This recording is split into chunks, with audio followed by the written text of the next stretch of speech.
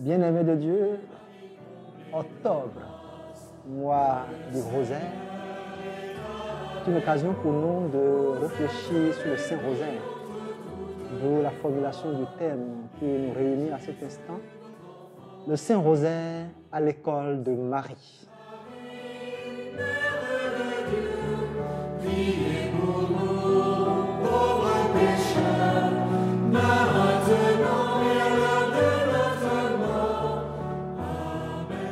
Le 7 octobre de chaque année, l'Église fête Notre-Dame du Rosaire, instituée par le pape Pie V, en souvenir d'une victoire inespérée des chrétiens contre l'invasion turque en 1571. Des apparitions de Marie reconnues par l'Église à la Salette, à Lourdes ou à Fatima, la Vierge Marie insiste sur l'urgence de la récitation du Saint-Rosaire par les chrétiens. L'essentiel du message qu'elle délivre est l'urgence de la conversion. Rosaire, rosaire, rosaire, tel est l'instrument, le fer de lance que la Vierge donne à ses fils et filles pour mener le combat de la conversion, pour nous engager sur le chemin de la sanctification et pour nous défendre contre Satan. De ce partage, je me fais l'écho de la bienheureuse Vierge Marie et de l'Église pour vous parler du Saint-Rosaire à travers le thème suivant. Le Saint-Rosaire à l'école de Marie, réparti en 3 points.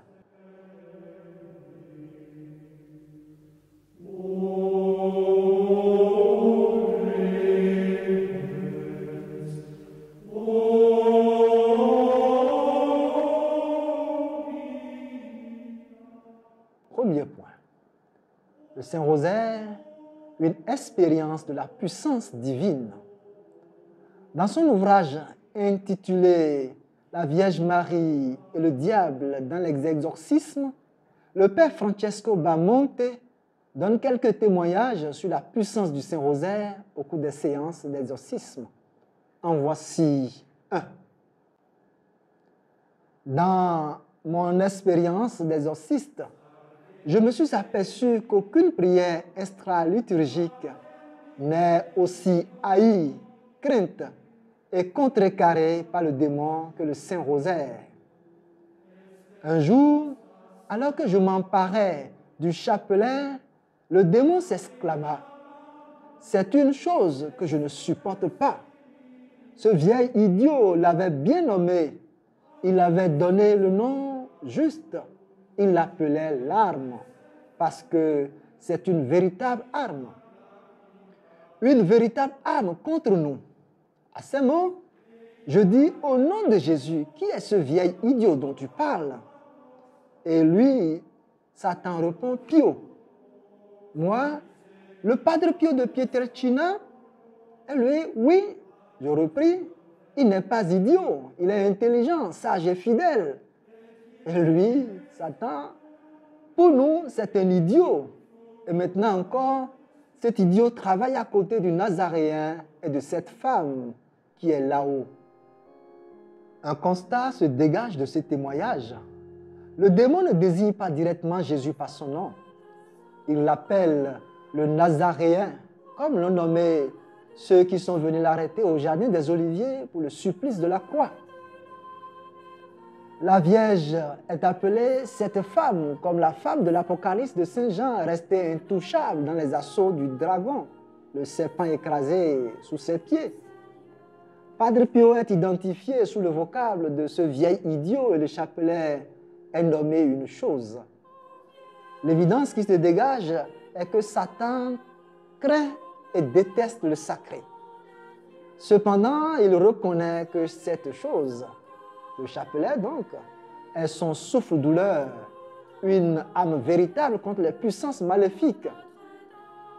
Cet aveu d'impuissance de l'ennemi de notre salut nous révèle que le chapelet est un équipement de combat donné par Dieu afin de pouvoir tenir contre les manœuvres du diable.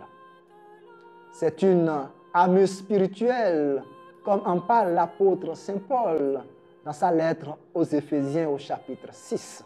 En effet, l'apôtre des nations, Saint Paul, nous demande de tenir prêt pour le combat, car nous ne luttons pas contre des êtres de sang et de chair, mais contre les dominateurs de ce monde des ténèbres, les principautés, les souverainetés, les esprits du mal qui sont dans les régions célestes. Les premiers héros de l'Évangile qui ont témoigné de leur foi jusqu'au sang nous rassurent que notre victoire, notre bouclier est le sang de l'agneau et la parole dont ils furent les témoins et par lesquels ils ont vaincu le monde avec le Christ. La lumière a luit dans les ténèbres ne l'ont pas saisi, nous dit Saint Jean. Le Saint-Rosaire, qui est à la fois parole de Dieu, le pater enseigné par le Christ lui-même et salutation angélique, l'Ave Maria, la salutation de l'ange Gabriel à Marie, est inspiration de l'Esprit Saint. Les paroles d'Élisabeth à la visitation de la Vierge Marie. Le rosaire est aussi profession de foi de l'Église, le credo, et la prière de l'assemblée ecclésiale, la finale de l'Ave Maria, priez pour nous. Pour cela, prenez l'équipement de combat donné par Dieu. Éphésiens 6, versets 12 à 13. Aujourd'hui, le mal est répandu, défendu et promu dans nos sphères sociales. L'idéologie du mal façonne nos sociétés au point même de conditionner l'aide au développement à la promotion des lois abortives, des lois contre la vie, à la promotion des valeurs consuméristes et démonistes. Le plaisir, l'apprêté au gain prennent le pas sur les vertus. Le bien est combattu et relativisé, tout comme ceux qui s'engagent à le promouvoir. Le combat entre le monde des ténèbres et les forces de la lumière bat son plein. Le Saint-Rosaire est l'ultime instrument de grâce, l'armure de combat qui résume à lui seule l'exhortation de Saint Paul aux Éphésiens. Oui, tenez bon, ayant autour des reins le ceinturion de la vérité, portant la cuirasse de la justice, les pieds chaussés de l'ardeur à annoncer l'évangile de la paix et ne quittant jamais le bouclier de la foi qui vous permettra d'éteindre toutes les flèches enflammées du mauvais. Moïse a libéré le peuple juif du joug dominateur de Pharaon au moyen de son bâton de commandement. David, grâce à sa fronde, a défait Goliath et mis en déroute sa troupe. Le puissant encore est le Saint-Rosaire. Le pape Pie XII dit à ce propos, et je le cite, « Nous n'hésitons pas à répéter publiquement que nous plaçons une grande espérance dans le rosaire pour la guérison des maux qui affligent notre époque.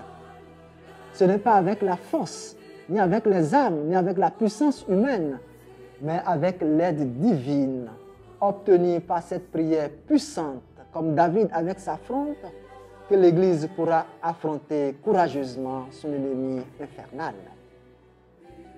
L'importance du Saint-Rosaire va au-delà de la lutte contre Satan et ses suppôts.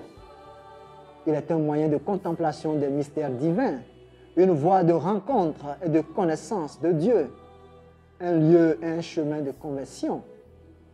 Commentant la lettre apostolique Rosarium Virginis Mariae du pape Jean-Paul II, le père Francesco Bamonte affirme que cheminer avec Marie à travers les scènes du rosaire, c'est comme se mettre à son école pour lire le Christ, pour en pénétrer les secrets, pour en comprendre le message. Dans le parcours spirituel du rosaire, Marie nous fait entrer de manière naturelle dans la vie du Christ et pour ainsi dire, respirer ses sentiments jusqu'à ce que nous nous conformions progressivement à lui et qu'il soit formé pleinement en nous. Ainsi, le Saint-Rosaire devient pour nous la voie par laquelle Marie poursuit son but principal, qui est de nous engendrer comme des enfants du corps mystique du Christ et d'incrémenter en nous sa vie divine. Marie, que je sente que drape le soleil. Le père Pierre Régamé, dans son ouvrage Les plus beaux tests sur la Vierge Marie, retrace en quelques lignes l'historique du rosaire. Il affirme que le bienheureux Emmanuel Joseph est celui qui a donné à Marie le nom de rose au XIIe siècle. La rose était alors symbole de joie. On s'emparait la tête en signe d'allégresse. Elle apparut comme un équivalent de la salutation de l'ange Gabriel, que l'on couronna la statue de Marie d'une chapelle de roses ou que l'on multiplia les ave, c'est-à-dire la salutation angélique. L'intention était la même. Les illettrés qui ne pouvaient pas réciter les 150 psaumes, c'est-à-dire le sautier, les remplaçaient par 150 ave, accompagnés de génuflexions, et se servaient pour les compter de grains enflés par dizaines ou de nœuds faits à une corde. L'appellation était le sautier de Marie. Les éléments qui constituent le rosaire ont dû être synthétisés d'une manière encore très souple par saint Dominique. Le rosaire de saint Dominique était, semble-t-il, une prédication populaire. Le saint racontait les mystères évangéliques et faisait réciter des ave à ses auditeurs. En effet, saint Dominique, né en Espagne en 1171, était un grand prédicateur au début du XIIIe siècle. À cette époque, des hérétiques cathares semaient l'erreur et la subversion sociale dans le sud de la France. Pour les ramener à la vérité de la foi, saint Dominique, profondément versé dans la parole de Dieu, se mit à prêcher la sainte doctrine dans la pauvreté évangélique. Des conversions eurent lieu, mais en somme, ce fut encore très médiocre devant l'immensité de la tâche et les forces de la perversion. Il manquait quelque chose et saint Dominique allait l'apprendre. C'est ainsi qu'en 1214, presque découragé à la vue du maigre résultat de tant d'efforts, le prédicateur, retiré dans un bois près de Toulouse, se mit en prière et en pénitence, jeûnant, macérant sa chair sous les coups de fouet de sa discipline, en expiation des offenses faites à Dieu par les pécheurs, les hérétiques et les impénitents. Le troisième jour, la très sainte Vierge Marie lui apparut. Elle lui dit, « Mon fils Dominique, ne vous étonnez pas de ne pas réussir en vos prédications, car vous labourez un sol qui n'a pas été arrosé par la pluie. Sachez que quand Dieu voulut renouveler le monde, il envoya d'abord la pluie de la salutation angélique. Et c'est ainsi que le monde fut racheté. Exhortez donc les hommes dans vos sermons à réciter mon sautier, et vous en recueillerez de grands fruits pour les âmes. » C'est ce que fit dès lors saint Dominique, et le résultat fut vite considérable. Ce fut le rosaire et non la force des âmes qui convertit les âmes. Saint Dominique mourut en 1221, mais il laissa son ordre de prêcheur bien établi pour continuer son œuvre. Le Saint-Rosaire n'a reçu son organisation en confrérie qu'au XVe siècle d'Alain de la Roche en Flandre, de Jacques Sprenger et de Félix Fabry à Cologne, tous trois dominicains se référant à Saint-Dominique, tandis que les 15 mystères que l'on contemple en récitant les 15 dizaines de l'Ave ne se fixèrent qu'au XVIe siècle, l'essentiel de la dévotion était bien antérieur. Le sautier ou le rosaire de la Sainte Vierge, divisé en 3 chapelets de 5 dizaines chacun, compte depuis 2002 5 nouvelles dizaines en lien avec la vie publique de Jésus avec le Saint-Père Jean-Paul II. Troisième et dernier point. Pour le salut Nous commençons cette troisième partie par quelques témoignages du malin sur le rosaire rapporté par l'exorciste Francesco Bamonte. Il rapporte ici quelques commentaires entendus sur le rosaire lors de plusieurs exorcismes. Je le cite. Chaque grain de ce chapelet avec lequel vous priez est pour nous un coup de fouet. Il nous brûle. Là, c'est Satan qui parle. Il continue. Lorsque vous utilisez cette maudite chaîne, ça me fait mal parce que vous l'invoquez, celle-là, dans l'Ave Maria. Vous me rappelez sa vie à celui-là. Il parle là du Christ. Et il continue. Qui s'attachera à ça? Et il tenta d'arracher le chapelet que j'avais mis au cou de la personne possédée. Ne se perdra jamais. Continuons donc. Satan continue. Je le hais parce que c'est un chapelet d'amour qui les unit tous, à lui et à elle. Il continue. Si vous le saviez, vous tous, je serais détruit en moins d'une seconde. Si vous disiez cette saloperie-là avec foi, elle sait, elle, ce qui se passe quand vous la dites, cette chaîne. Elle prend votre main, la tend vers le ciel et elle prend celle de votre Dieu. Et à travers cette prière, cette chaîne rapproche les deux mains, les rapproche jusqu'à ce qu'elles se touchent. Lorsque ces deux mains se rencontrent, elle exulte, c'est-à-dire Marie, exulte, elle s'agenouille et prie. Seulement peu d'hommes atteignent cette main, la main de Marie donc, parce qu'ils l'arrachent souvent de sa main, parce qu'ils ne veulent pas le faire grâce à moi qui suis leur Dieu. Mais ceux qui y arrivent en ont pleine conscience et elle exulte. Tu la vois qui s'agenouille et baise les pieds transpercés de son fils. Et elle dit qu'elle a accordé une grâce à un tel qui a touché cette main. Et chez eux, lorsque ça se passe, tout le paradis exulte. C'est dégoûtant. C'est dégoûtant. C'est dégoûtant. C'est dégoûtant. Fin de citation. De l'ouvrage Le secret admirable du très saint rosaire pour se convertir et se sauver de Saint Louis-Marie Grignon de Montfort, nous tirons les témoignages suivants. Le révérend père d'Orlan rapporte que la Sainte Vierge dit un jour au vénérable Dominique Chartreux, dévot du Saint-Rosaire, qui résidait à Trèves en l'an 1481, toutes les fois qu'un fidèle récite le Saint-Rosaire avec les méditations des mystères de la vie et de la passion de Jésus-Christ, en état de grâce, il obtient pleine et entière rémission de tous ses péchés.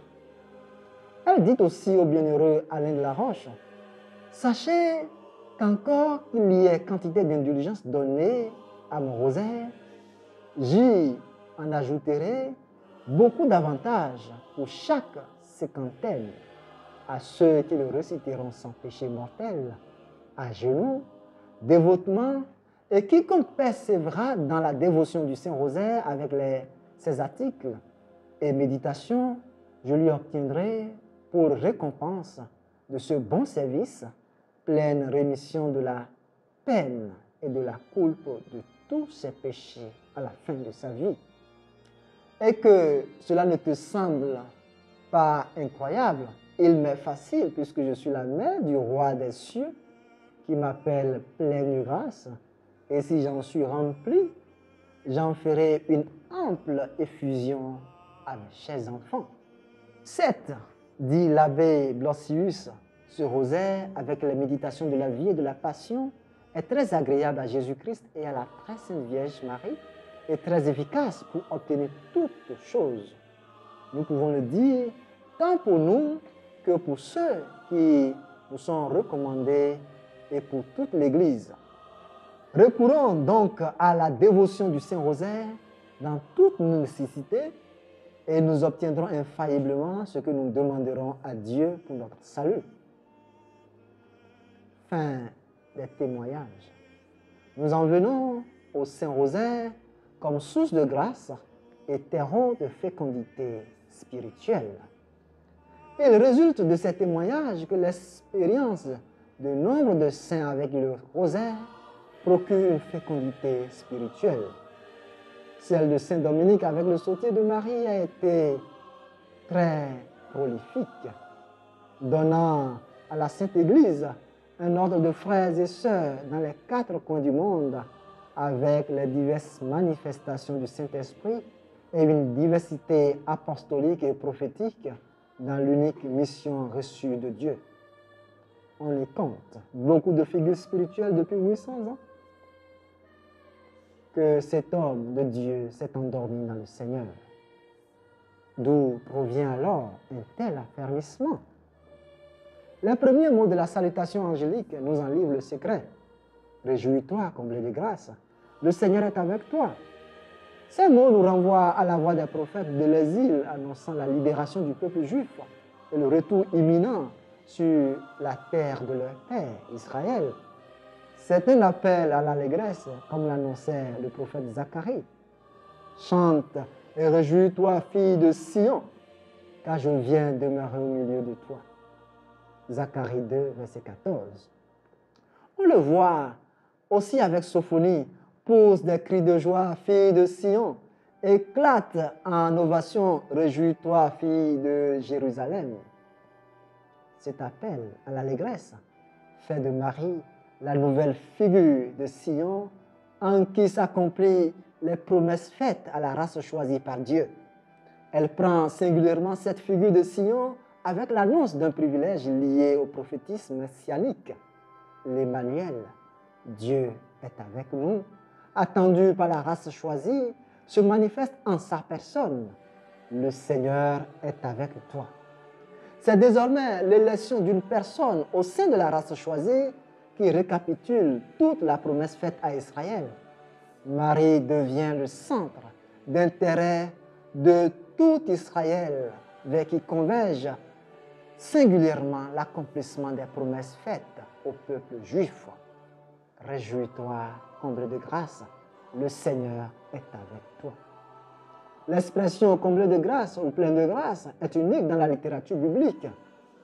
Si expressément elle s'applique à Marie, elle est cependant utilisée en référence au dessein de salut de Dieu définitivement accompli par Jésus-Christ, qui est lui-même la plénitude de grâce.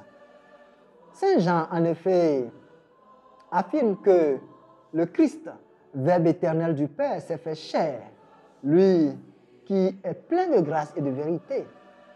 Saint Luc dit de la Vierge Marie ce que Saint Jean affirme de Jésus. Marie, pleine de grâce, partage par participation avec Jésus, le Verbe incarné de Dieu, la même plénitude de grâce. Il y a là une identité commune à Marie et à Jésus, une union profonde entre Marie et Jésus. Marie est proclamée pleine de grâce avant même la conception de Jésus. Cette grâce qui est de la nature même du Christ, Marie l'a trouvée avant même de porter dans ses entrailles l'auteur même de la grâce. L'expression de l'ange Gabriel adressée à Marie, « Tu as trouvé grâce auprès du Seigneur », montre que la plénitude de grâce est conférée à Marie, elle lui est donnée. Elle n'en est pas la source, mais elle en dispose non pas accidentellement, mais substantiellement avant même sa conception. C'est véritablement là l'enracinement de l'Immaculée Conception de Marie. Ceci amène Monseigneur Henri Brincard à confesser à partir de Lumen Gentium numéro 56 qu'en Marie, la grâce de la conception immaculée est non seulement préservation, mais encore plénitude de la grâce qui ne cesse de s'épanouir. Marie est la bien-aimée du Très-Haut, pétrie par l'Esprit Saint, selon la belle expression de Saint Germain de Constantinople. Le même Henri Brincard explique, je le cite, « Pleine de grâce », ce nom propre vient en grec du verbe « faire grâce », dont la forme, ici au passé, signifie que l'acte est parfaitement achevé. Marie est celle qui a été rendue pleine de grâce par Dieu. Littéralement, elle est la parfaitement graciée. La révélation du Nouveau Testament distingue nettement l'œuvre de la grâce en Marie, en qui seulement elle a atteint sa perfection, et en nous, les autres rachetés, en qui elle est seulement commencée. Ainsi, Pie XII a-t-il pu enseigner que Marie est la Vierge dont l'âme très sainte fut, plus que toutes les autres créatures de Dieu réunies, remplie du divin Esprit de Jésus-Christ. Pleine de grâce, Marie est préservée du péché originel, pas en raison de ses propres mérites, mais parce que par anticipation, elle a bénéficié des mérites de son Fils. La gloire de la grâce du Père, la richesse de la grâce du Fils, c'est pour Marie d'avoir été préservée de l'héritage du péché originel. Le docteur angélique, saint Thomas d'Aquin, pour sa part, avance qu'à chacun, Dieu donne la grâce selon l'élection qu'il fait de lui. Et parce que le Christ, en tant qu'il est homme, avait été prédestiné et élu pour être le Fils de Dieu, doué de la vertu sanctifiante, il eut en propre une plénitude de grâce assez grande pour enrichir tous les hommes, selon ce qui est dit en Saint Jean. De sa plénitude, nous avons tous reçu. Mais la bienheureuse Vierge Marie a reçu la plénitude de grâce qu'il fallait pour être la créature la plus proche de l'auteur de la grâce. Devant recevoir en elle celui qui est plein de grâce et par son enfantement et le fit d'une certaine manière couler la grâce sur tous les hommes. En effet, dit-il, c'est déjà une merveille pour les saints de recevoir une grâce qui sanctifie leur âme. Mais la grâce que reçut l'âme de la Vierge fut en une telle abondance qu'elle rejaillit jusque dans sa chair, afin que dans cette chair, Marie conçut le Fils de Dieu. Commentant ce propos de saint Thomas d'Aquin, le Père Pie Régamé dit, je le cite, que tous les mots seraient à peser dans ce texte si dense. On y voit le grand principe de la proximité de l'auteur de la grâce, que saint Thomas met en rapport avec celui de la prédestination éternelle de Marie.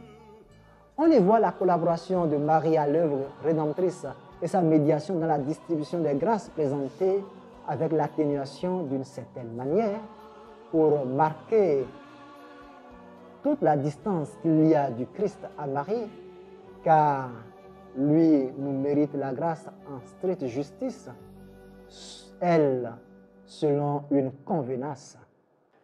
La grâce de Marie, ajoute saint Thomas d'Aquin, fut tellement abondante qu'elle a rejailli sur l'humanité tout entière. Qu'un saint possède assez de grâce pour suffire au salut d'un grand nombre, n'est-ce pas une grande chose? Mais en posséder assez pour satisfaire au salut de tous les hommes de ce monde, voilà ce qui est la plus étonnante des merveilles. C'est le cas du Christ. C'est aussi celui de la bienheureuse Vierge, car dans n'importe quel danger, on peut obtenir le salut de la Vierge glorieuse. Saint Anselme, commentant l'interrelation entre Dieu, le Créateur, et Marie, la créature privilégiée et participante de la récréation, nous livre cette parenthèse poétique. Toute la création est l'aurore de Dieu, et Dieu est né de Marie. Dieu a tout créé et Marie a enfanté Dieu. Dieu qui a tout formé s'est formé lui-même du sein de Marie. Et ainsi, il a refait tout ce qu'il avait fait. Dieu est le Père des choses créées et Marie, la mère des choses recréées. Il apparaît sans nul doute que le foyer de la fécondité spirituelle du Saint-Rosaire, c'est le trésor de grâce dont témoigne Saint Jean dans le 4e évangile. Oui, de sa plénitude nous avons tous reçu, et grâce pour grâce. Ce témoin de la bonne nouvelle était au pied de la croix rédemptrice avec la mère du Sauveur. C'est lui le disciple bien-aimé qui avait accueilli Marie chez lui. Le grand contemplatif, Saint Jean, livre son expérience avec l'auteur de la grâce en ces thèmes. Ce que nous avons contemplé, ce que nos mains ont touché du verbe de vie, plein de grâce et de vérité, nous en rendons grâce, nous en rendons témoignage. Cette expérience de Saint Jean, le chrétien le fait aussi dans la méditation, dans la contemplation des mystères du Saint-Rosaire. Ce disciple bien-aimé, Jean a demeuré avec Jésus, il a vécu avec Marie, il a contemplé l'unique mystère de la grâce divine dans le Fils et avec Marie pleine de grâce.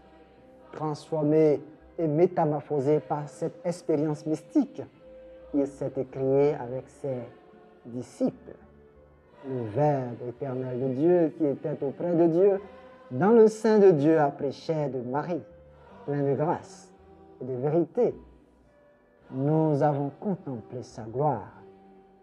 C'est à cette expérience contemplative des saints mystères de Dieu dans le Saint-Rosaire que nous nous invitons à cheminer avec la Vierge Marie, constituée sous la forme la plus parfaite, par mode de la grâce prévenante, selon les mérites de Jésus, source et plénitude de la grâce. Que la Vierge Marie, la Mère du Sauveur, et notre Mère, Notre-Dame du Rosaire, intercède pour nous. Amen.